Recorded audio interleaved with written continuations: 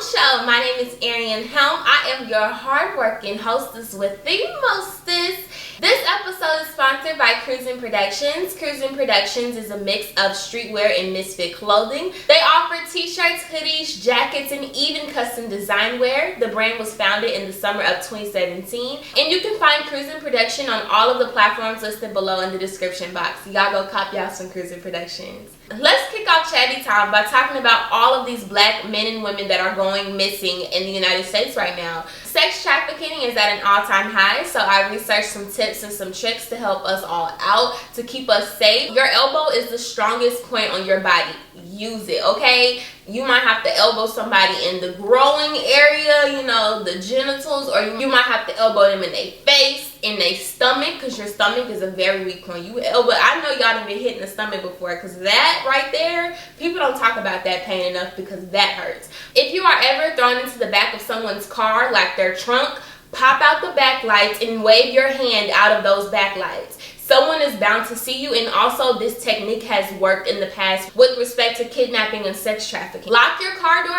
immediately after you get into your car, especially my ladies. When you get inside your car from your apartment, or maybe you're at the store in a parking lot, lock your doors immediately. I know a lot of people like to sit in their cars and fumble with the radio and things like that. Have your song choice already ready when you're in the store or wherever you're at, so that when you get in your car, you lock your car doors and you can just pull off. I cannot stress this enough. You never know who is watching you, y'all. And this leads into the next tip. Always watch your surroundings. Get off of your cell phone when you're in public. When you're in public, you should be watching around. You should be watching the people around you, especially women. If you are by yourself, make sure you are observing who is walking behind you, who is walking around you, who you keep seeing more of. Watch the cars you park next to when you park in a parking lot.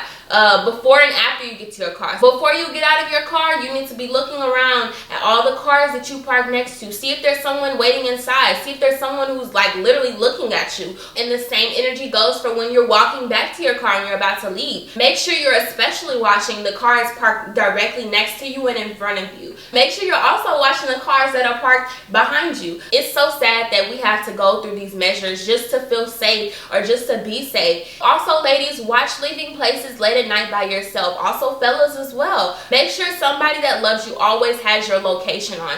I share my location with my mom, and if I'm not picking up the phone, my mom can literally see where I am. So I suggest that everybody share location with at least one person that loves you. Always take the elevators instead of the stairs, especially at night. Stairwells can be very scary, and they're also prone to violence. I know y'all seen movies and people have gotten attacked in the stairwells and things of that nature.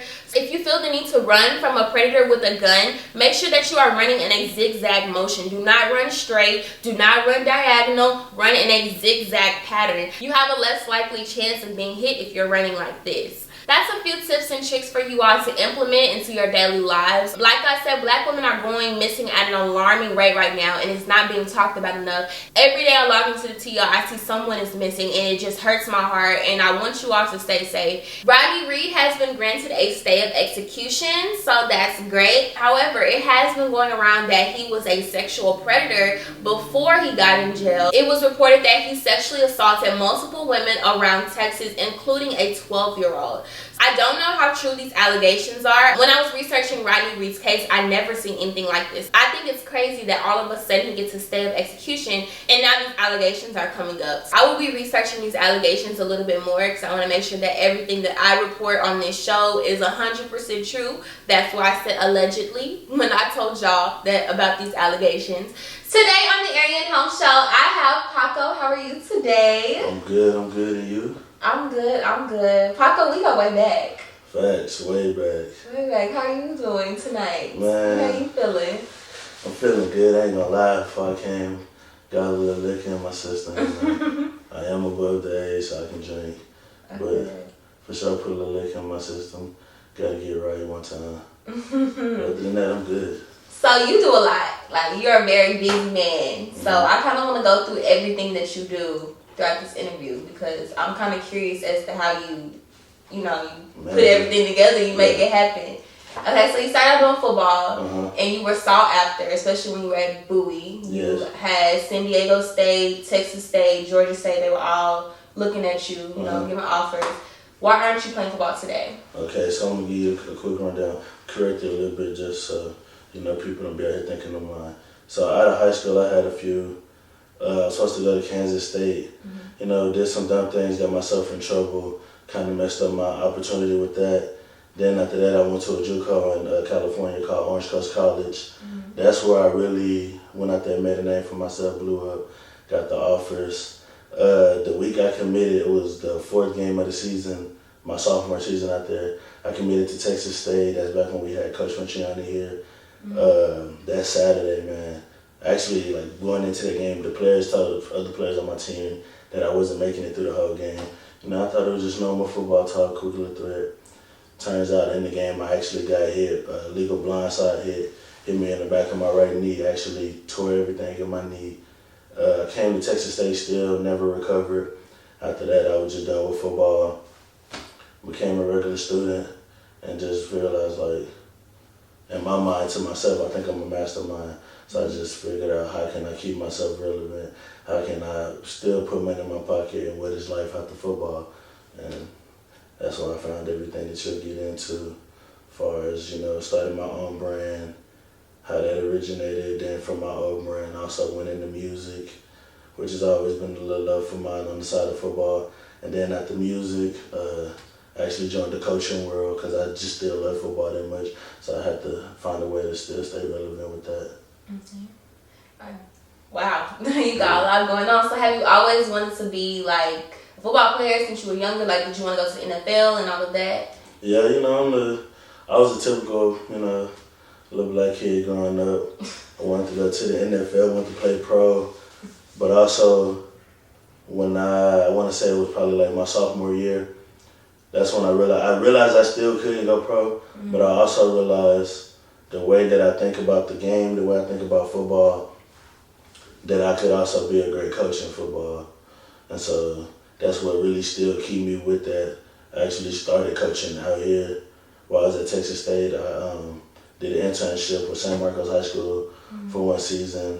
And then, of course, I transferred from Texas State. Now I go to Sam Houston State and ended up meeting the head coach at the high school out there at Huntsville High School. Got an internship with them, and boom, here I am, Coach P, that's what they call me. Okay, so how does it feel to teach, to be coaching young boys? You were just their age a few years ago, so how does it feel to relate with them? It actually feels pretty good, honestly. I thought it would be a little different. I was like, I'm still kind of young compared to the next coach that's like around my age is, I want to say he's 29, going on 30 this year in December. So it's really a major difference because I'm in between, like, these coaches is old, so they not in the generation, and then these players is under me, so I understand what's going on in their generation, how they look at the game. But the way that the players accepted me, it kind of made it easy, and I feel like all the players, they really take into me because they know, like, I've been there. I've been definitely me at Huntsville. We do, like, it's a really predominant black team. It's a nice little mixture, but we got a lot of black players on that team. So I can tell them, like, I've been that player in your shoes. I know the dreams you've been in. I know the type of households, you can be around. And I know where you want to go, and I know how to get there. I made it there twice. So if I can make it there twice, if you listen to me, I can help you at least get there once. Is Huntsville High School an urban school, or would you say it's pretty? I would say it's country. I mean, obviously Huntsville is a nice little country. It's the only high school out there. But I will say, like, it did open up my eyes because, we went to school in the city, and as going to school in the city, I realized, like, these country schools, they do a lot of the same things we do. They, they got access to a lot of the same stuff. And that being the only high school out there, it actually helps them out. And they've been in the country. It's one of them, like, real football teams that people from out of state hear about. It gives you that Odessa Premier Friday Night Lights vibe being there. Because, when Friday night come around, like, the whole city shuts down. We're going to go watch the Huntsville Hornets play. Packed too. Well, packed. We actually play at Sam Houston. Our varsity plays at Sam Houston. That's a college stadium, and they pack that out every Friday, win or lose, no matter what. I know I'm going to look up. I'm going to see people I see at the grocery store every day. My shuttle driver, I'm still in school, and my shuttle driver, she be at the game seeing me. So it's really one of them type towns, like. That's all. So how has coaching these young men, how has it changed you as a man? Like, how have you seen yourself grow? I would definitely say it's helped me mature a lot better. I always, call myself mature. I do have my moments like, I'm normal. I'm going to have my moments. I'm going to be childish. I might do some kid things. Everybody does that no matter how old you do. But I feel like now that I have not just one, it's not like I just got my little brother, little cousin, little sister watching up to me. I got a whole 3 different football teams. I have a varsity, a JV, a freshman. These kids is watching me. They're watching everything I do. They seeing how I move around. They want to be like, they want to be, regardless of how I put it, they want to be in my shoes. They going to follow what I do. So if I come out there acting a fool, they're going to think they can come out there acting a fool. But if I come out there and let them know, look, this is a business that you can have fun with, then it's understandable. And I feel like they really helped me. Like, it helped me far as not even just in real life, but in school. Like, it helped me build better study habits because, I can't go out there and teach you something if I don't know what I'm talking about. I can't tell you what another team is doing if I haven't watched this team. So that alone, like, it made me realize, okay, I need to do everything I do in life. I need to, stay hard and focus. Know that there's somebody watching me. I need to really be a role model. I can't tell you to do something if I'm not doing it. Thanks. So do these kids follow you on Twitter? Because you are a master troller. Hey, man, look, I hope they don't see. Well, most of the kids know I do have 2 Twitters. I feel like it was the smart thing to do. Yes. I would never in my life, and my players know, they ask me all the time, Coach, what is your real Twitter? I would never, ever in my life give out my real Twitter until you have been in college for 3 years. Once they graduate and get in college for 3 years, I feel like they're old enough to see my real Twitter. But I do have a coaching Twitter. If y'all want to follow me, it is Coach Potter, Potter 42. And on that Twitter, I let all my players follow me. My coworkers, the other coaches, they follow me. I also follow a lot of college coaches on there. I follow a couple of high school coverage, news journalists and stuff. And that's how I also help get my players seen and recruited. Like a professional Twitter. Yeah, real, professional. Yeah. Like that's where I go in there, give a few motivational tweets. Just when they wake up in the morning, hey, you gotta get to it, you gotta eat, clear eyes, full heart, can't lose. You know what I'm saying? And that's something I installed on them because I got that actually from a TV show, but it stuck with me. But yeah, I use my professional Twitter so they don't see me trolling, and that's how I move around. Okay, so you graduate in December. What are your plans for after graduation as far as coaching and in your major? So as far as coaching and in my major, I've been offered to coach college, but I want to go high school first because I eventually want to be a high school head coach. Huntsville High School has actually offered me a full-time job in the spring, and I think I'm going to go ahead and take that. But I've also been in contact with Hightower, that's in my city. I've been in contact with Pasadena Memorial, that's in Houston. Recently just talked to North Shore, they won state, and they got the #1 player in the country on their team at running back. I talked to them a little bit because they lost a few coaches. And then going back home-wise, man, I really do kind of want to go back home, and I've been talking to a lot of good teams. I've talked to DeSoto. They got Coach Mathis back finally. He's been going from there for a few years. I talked to Duncanville. They got Coach Samples. He coached a lot of my family members. And me and him, we went at it every year while I was in high school because he's at Skyline. I talked to Skyline as well. I got a friend that I played against. He's a coach over there. Talked to Sock Oak Cliff High School. I know a few of the coaches over there, and one of the coaches used to be one of my mentors growing up. Obviously, I talked to my old high school boy a few times. I actually need to go reach out to them again. And then I talked to my original high school. A lot of people don't know that before I went to Bowie, I went to South Imperial High School too for a semester.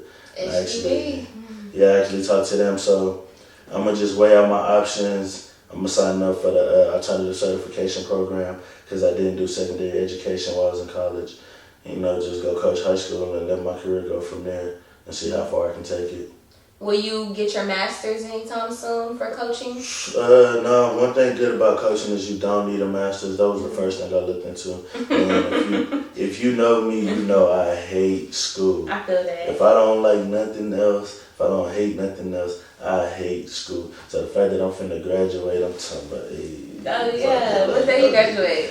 I graduate December 14th, 2:30 p.m. I am gone. December 14th, 6 p.m. I might have a bottle on stage and drink. They keep the diploma. I know I graduated. I'm on the first flight out of San Marcos after graduation. I can't wait to leave. Man, I don't blame you. I don't blame you. Okay, so let's get into music. When did you start making music? When was your first song released? My first ever song I released I was in the 8th grade, and I used to record using the computer. All right, so they don't have it no more. You know, obviously a lot of people don't got desktops, but on the old desktops, you used to have a record thing, but it only record by the minute. And I didn't have a real like software program. I didn't know nothing about that. So what I would do was pull up beats off YouTube, play that in the background, and I would either make a song and hook, or I would just freestyle the whole way through and record. And when that minute end, I would click continue. So my songs, like when you get around the minute point, you would hear like a little cut point. So you might not have heard like 3 words. Those was like my first songs I ever recorded in the 8th grade. Man, I still remember like being in the house. It was me, my partner Luck, and a few other of my partners I grew up with. They used to be in the crib with me, you know what I'm saying? And that was my first song. But everybody used to always tell me I was a decent freestyler. But I always had a love for music, so that's what just kept it around. So do you want to potentially pursue music, or is this just something that you want to do on the side? As of now, it's just kind of something I do on the side. Don't get me wrong, if I got an opportunity to blow up in music, as much as I love coaching and football, I definitely would do that just because I know the type of money you can make from music if you do it the right way. I would definitely try to use that just to take that money and go invest in other things I want to invest in, and like to make me, everybody wants to be a 7-figure. I want to be 7 figures. Once I hit 7 figures, then the goal will go higher. But for right now, the goal is to hit 7 figures. And if music is going to help me do that, I so bet I would leave football and take music. Like as of right now, I'm actually in the process of working on the tape. I actually got to go to the studio this Saturday. I'm in the process of working on my first tape that I'm going to release on Apple Music. I haven't released none on Apple Music yet. This will be on there. It's called Gorilla Mode. It's a long overdue tape. I low-key was supposed to drop this in 2018, and I put it off just to handle, school and the coaching stuff. Now I'm back on it. The goal is to try to get it done sometime in the spring of 2020 so I can get it out to everybody as fast as possible. Will this be an album or an EP like style? This will be more of an album style. I usually try not to drop nothing. Like I know I got 2 mixtapes on Spinrilla, and as I go back and listen to them, I know I sound way better than what I was on there. I actually don't even like all the songs on either one, and I'll be honest, I'm the first person to critique my own music, and there's a lot of songs I feel like I put out that I shouldn't have put out. I didn't put enough into it. But now that I know more, I know kind of what my sound is, what I want to do with the music, what I want my songs to sound like, the type vibes I want people to get when they hear my music.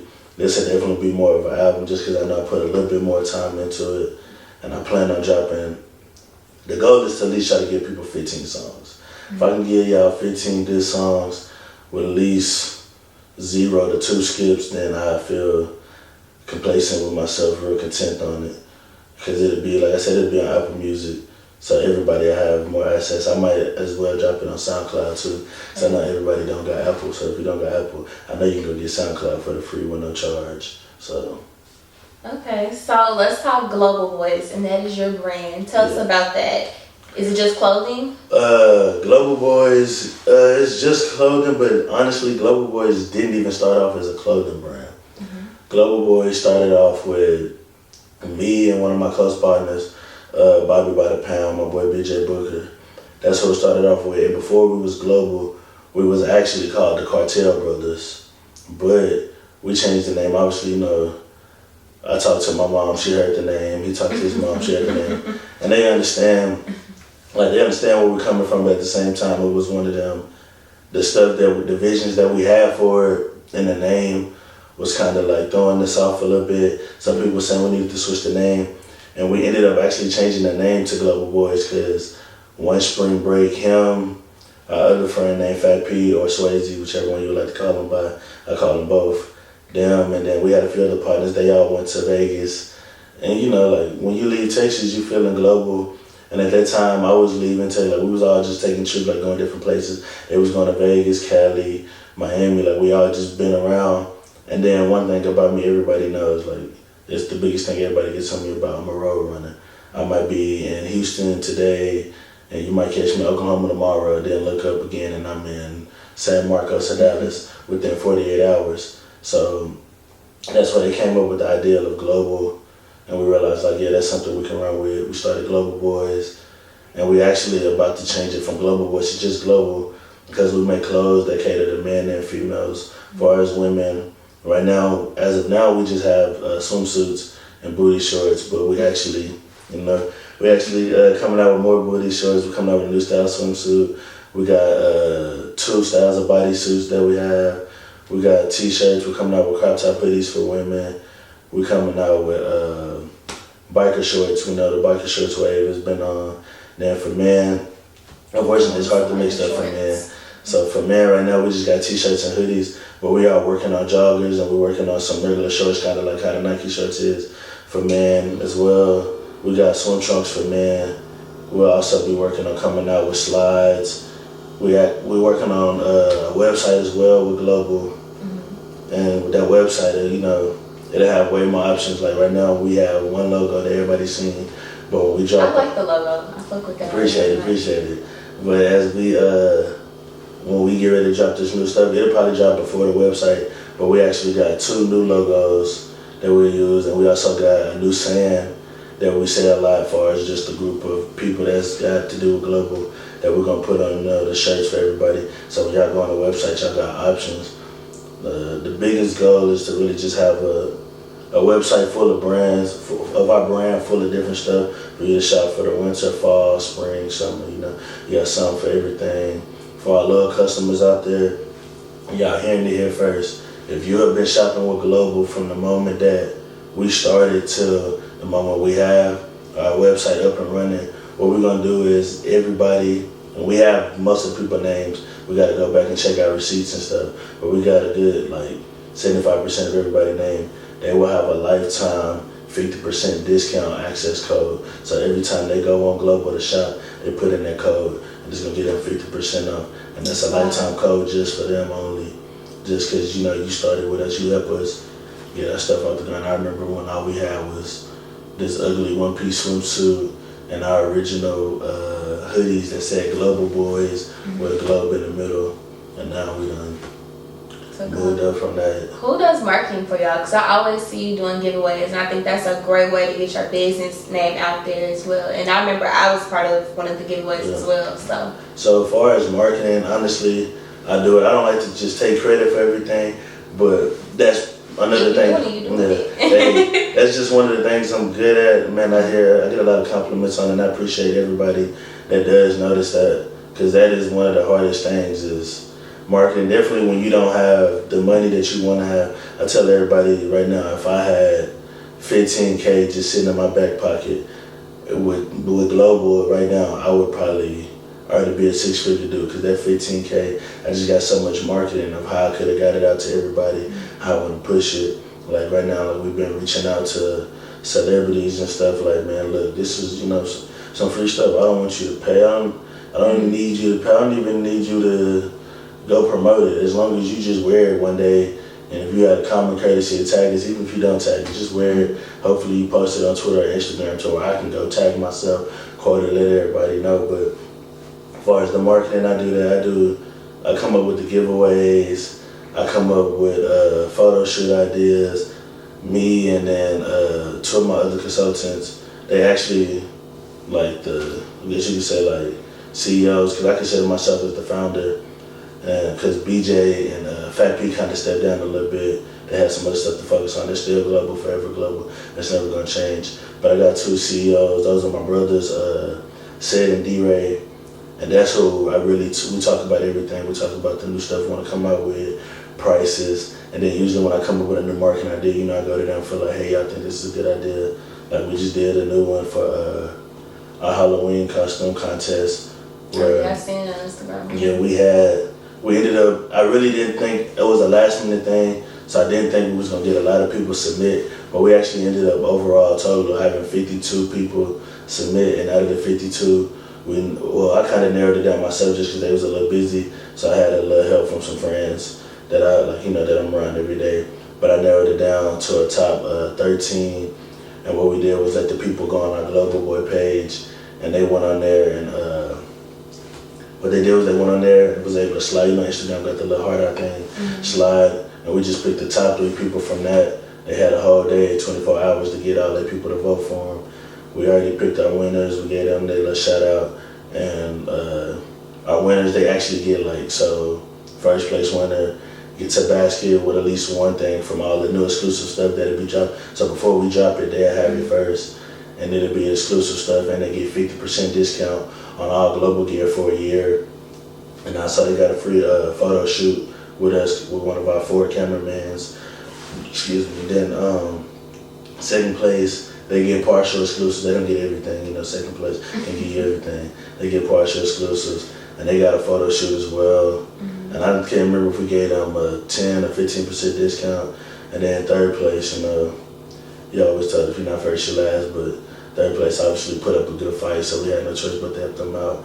They'll get 3 different t-shirts and a pair of shorts as well. They don't get a photo shoot though.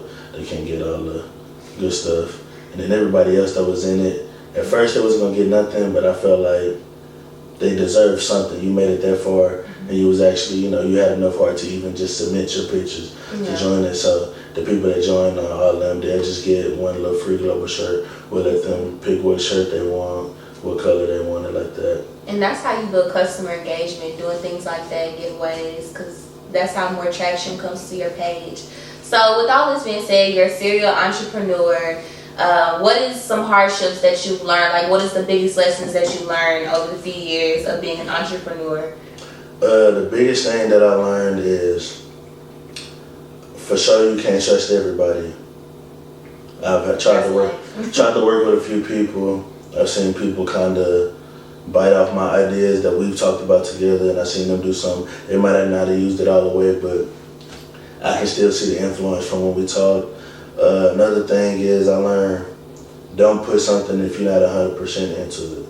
So if you did something and you're not 100% sure that you liked it and what you did, don't put it out.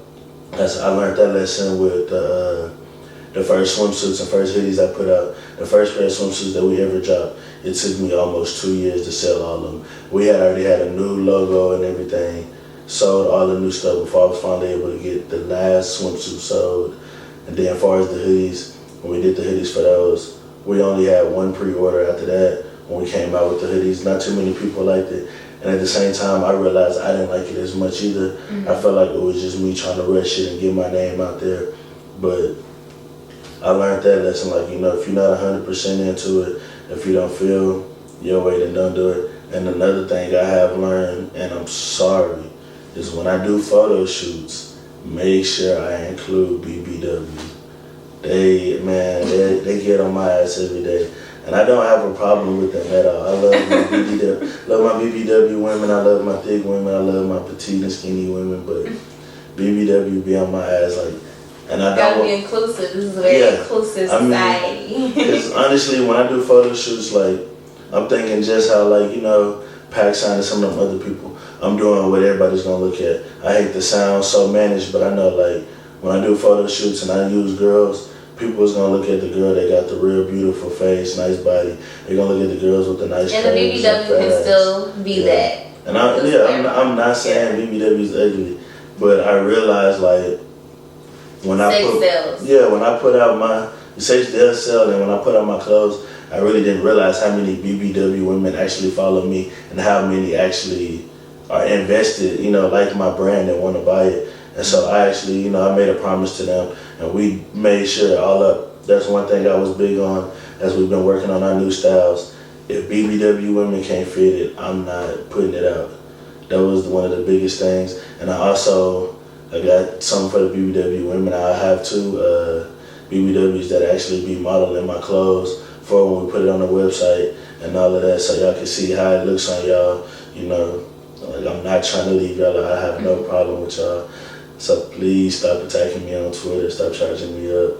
It's not my fault. I just, you know, I was misled. I just thought sex sells, which it does, but I realized sex sells and inclusive sells. So as long as you include everybody, you for sure good.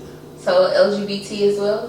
Hey, I don't have a problem with the gays. Come shop. You know, come shop. I don't have a problem. Whoever you can be. I'm gonna cut that out. I don't have a problem. Whatever you identify as, you can be man, woman, however you identify. I don't have a problem. That is you.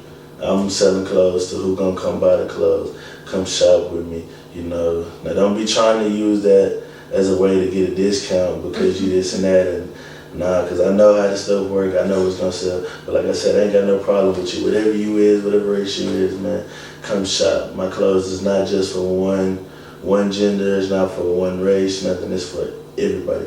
Everybody is global. That's the point of global. We don't want to be locals. We're not stuck in Texas. We're not stuck in the U.S. Hell, if you in the goddamn Asia, Middle East, Antarctica, wherever, come shop. We gonna send it to you. You give me the address and you pay your money. I bet you get your package.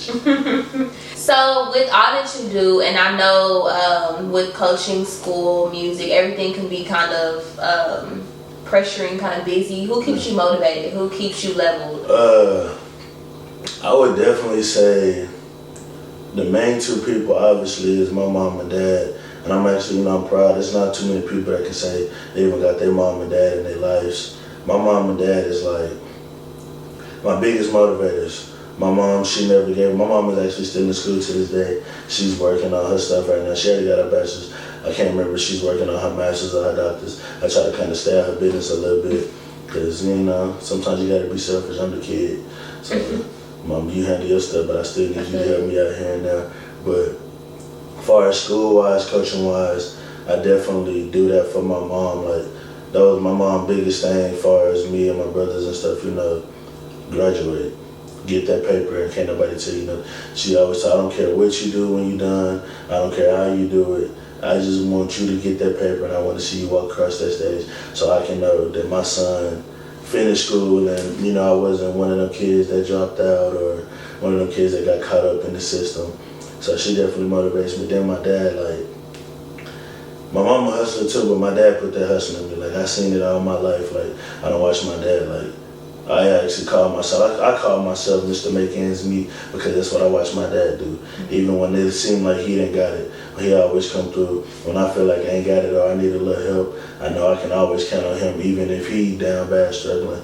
And it's just I just want to get to that point to where my mom and dad ain't stressing for nothing, they needing nothing. I can, look, here, this you, do what you do, and your little money that you make, keep that, don't give me nothing. I want to break you off, I want, want to spoil you. My biggest goal, for sure, before I turn 35, is I want to be able to go buy my mama her own house, because she always says she says it a lot, I wish my kids would buy me a house, or I wish I would buy me something, even though we do buy her stuff. Don't let her lie to y'all, but I want to get her own house. And then the biggest thing with my dad, he's a truck lover.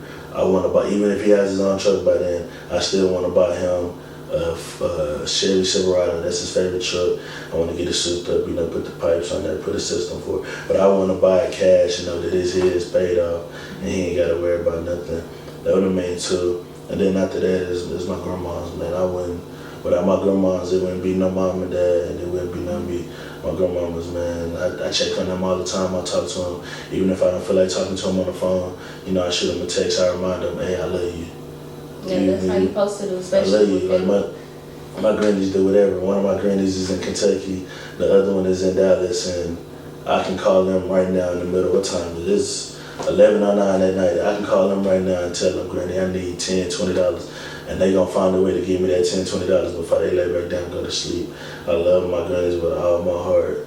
And if you got your grannies and they still alive, man, I don't care if you barely see your granny. I barely see my granny. I tell you, I got one in Kentucky, and I ain't seen her in person in almost 2 years. Call your granny. Even if it's once every other week, call your granny. If you gotta call granny, tell granny to pray for you, do whatever. I make my granny in Kentucky, she real holy. I make her pray for her. I get on the phone, granny, I need a prayer. Talk to him, go call the Lord, tell him come talk to us real quick. Man, I do it for my granny, I do it for my mom and my dad. And then obviously, my brothers and sisters, they motivate me, they stay on me. I feel like they're watching me, even my older brothers. I feel like they still look at me like I'm proud of my little brother. He out here, he doing what he got to do. He not messing up. And I feel like my younger siblings is looking up to me like, you know, I can follow his footsteps. Yeah, I got my mistakes. Like I said, I'm human. I done made a few mistakes in my life. But one thing I ain't never let my younger siblings make the same mistakes I made. And then obviously my friends, as far as out here at Texas State, everybody knows I hang out with the same 5 people. And they got my back no matter what. I got their back no matter what. And we always on each other, even though we talk a lot of stuff, we troll. One thing I know is I can always depend on them.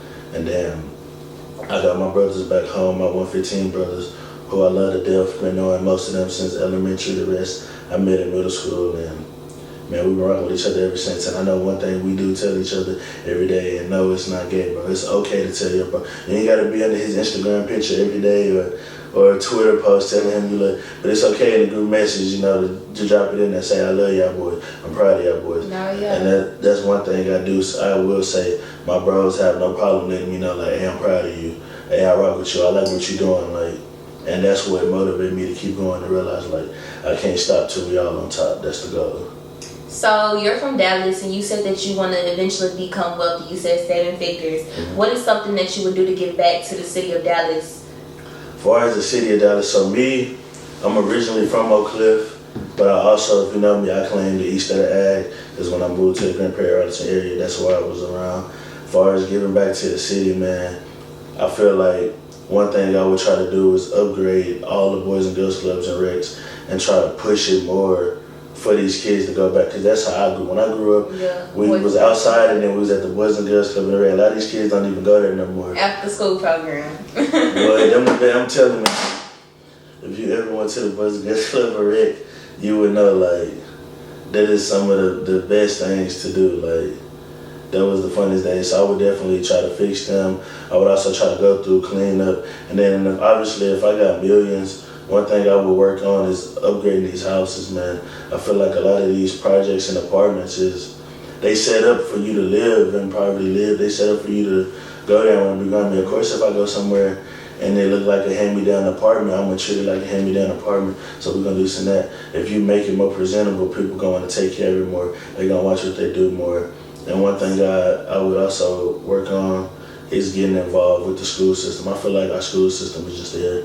It's not involved with us. Mm-hmm. Like, the only thing they care about is us coming, getting that money for attendance, and then obviously watching us play sports. Outside of that, it ain't too many schools as far as really just in the Dallas area and some of the schools in the Arlington area that just actually care about what's going on. A lot of them just there. So I would try to go work on the youth. Like, the people that's older, like obviously at that age, they know they made their decision and they know how to get back right and they know what they doing, what's right or wrong. I would go touch on the youth so the youth will know, get them right and have them come up how they supposed to come up. That would be like a way that I would give back some of my money that I have. The rest of my money I'm investing so I can get richer. I feel that. What are your social medias? Alright, my social medias. So obviously I gave y'all my coaching page. If you don't remember, it's Coach Potter 42. That's my coaching page, you know, if you just want to see how I carry myself in a professional manner. As far as Instagram and Twitter, actually Twitter is different. Twitter is King Paco with 2 G's in King, so KINGG Paco. And then my Instagram is exactly the same way, but it has the number 2 at the end. I had to make a new Instagram. Instagram deleted my old one. I don't know what I did wrong. I just woke up and it was gone. So, like I said, follow me on Instagram, King Paco with 2 G's as well, and then the letter 2. Also, follow the global page on Instagram if you want to be updated with clothing, you want to hear about stuff. It is Global Boys with a Z at the end of boys, and then TM for trademark. So follow that on there. You'll see us. We got the big globe with the ape in the middle. And also on there, if you didn't remember my Instagram, but you got the global Instagram, you can see me, and then you can see my 2 brothers, the CEOs on there, Sid and D-Ray. And then also on there, need to make sure I give a shout out. Global wouldn't even be here without Sosa, R.I.P. Sosa. A lot of people, if you don't know him, he went to Bowie with me. He also went to UTSA and transferred to Tech. He lost his life early this year. But Sosa is actually the creator of the global logo that we use to this day now. He's actually the person that made it come to life. We had somebody draw it out, and he seen the vision that I had with the drawing and took it in and made it some way. Like I say, so R.I.P. Sosa, I make sure I always let people know, like, Global took off because of him. If he wouldn't have been able to turn my drawing that I had made to how I wanted, Global would still be looking for a new logo. So once again, R.I.P. Sosa. Okay, and so are you on SoundCloud as well, or just Spinrilla right now? I'm on SoundCloud as well. On SoundCloud, you can type in Paco Kapone. That's Kapone with a K. On Spinrilla as well, you can type in Paco Kapone. On Spinrilla, I got 2 mixtapes on there. We got my old mixtape that I just released in 2017. That was my first ever tape, called Stick to the Code. I got the best intro, probably better than Meek Mill intro on there. With the chalkboard. Yeah, with the chalkboard, man. Hey, Stick to the Code on that mixtape is a pure classic. If you've never heard it, it's also on my SoundCloud as well. I got another mixtape on there called No Deal, because obviously I'm not taking no 360 deal. I'm not taking none of that. I'm taking a deal that's going to benefit me. So they trying to, mess me over in the game. We ain't taking no deal. If anything else happen, I ain't taking no deal.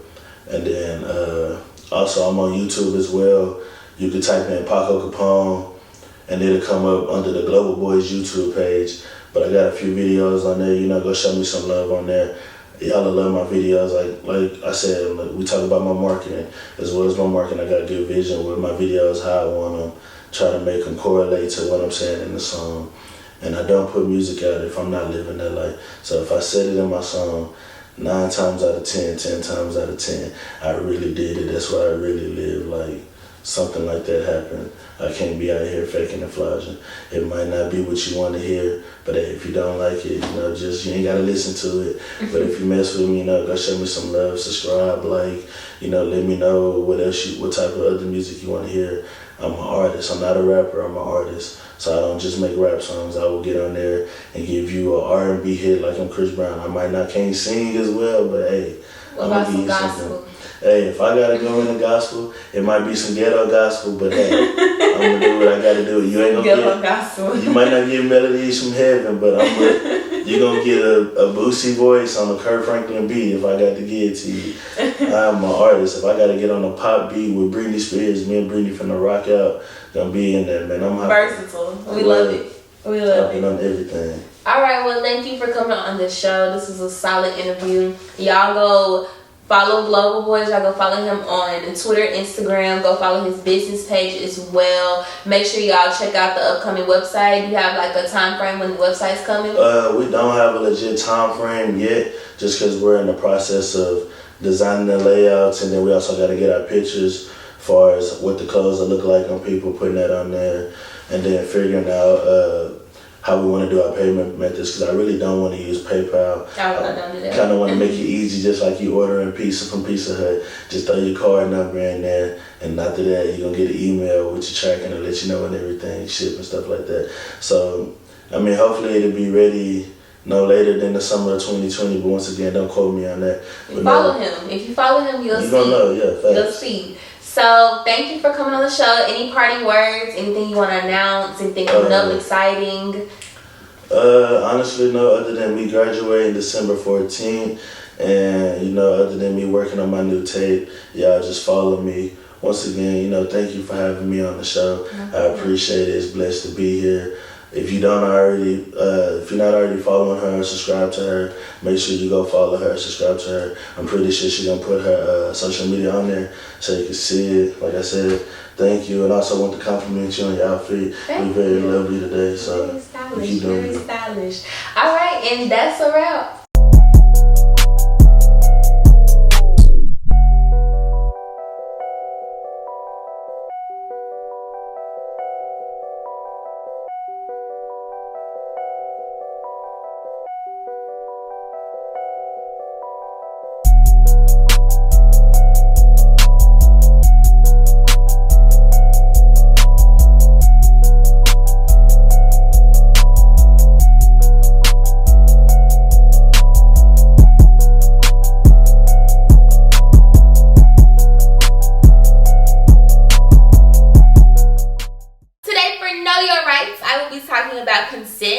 further the sexual assault series, so let's get into it. A person must physically say yes to engage in any type of sexual act.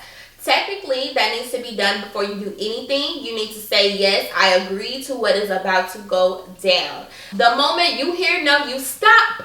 In the name, I'm just playing, y'all. But yes, you do. You do STOP, okay? When a person is unconscious, they are not legally in a state of mind where they can consent to you. So if a person is knocked out or they are unresponsive, that might mean that that is not the perfect time to have sex or have a sexual act with them.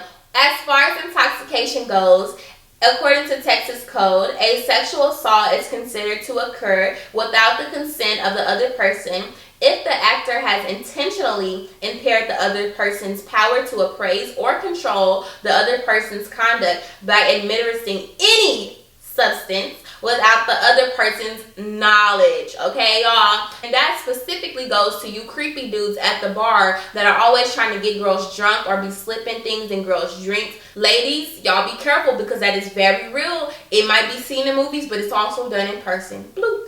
On Know Your Candidate 2020 edition, we will be talking about Mr. Andrew Yang, who was a part of the Democratic Party. Andrew Yang was a former tech executive. He founded an economic development nonprofit called Venture for America, which trains recent graduates and young professionals to work for startup companies. He practiced corporate law for a few months. He was given the Champion of Change Award in 2012 by President Obama. He has written 2 books, and he also has never ran for public office. Some of his policies include reducing the incarceration rate for drug offenses. He wants to implement treatment instead of incarceration. He wants to implement the Freedom Dividend, providing universal basic income of $1,000 a month to all American adults over the age of 18 so that everyone has the same prosperity in our economy.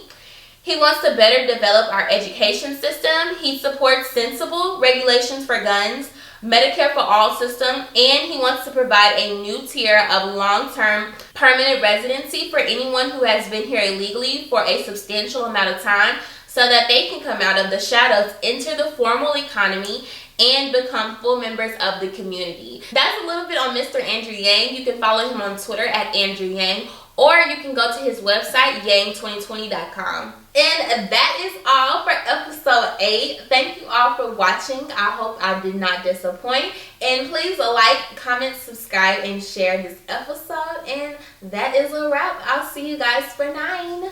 Bye.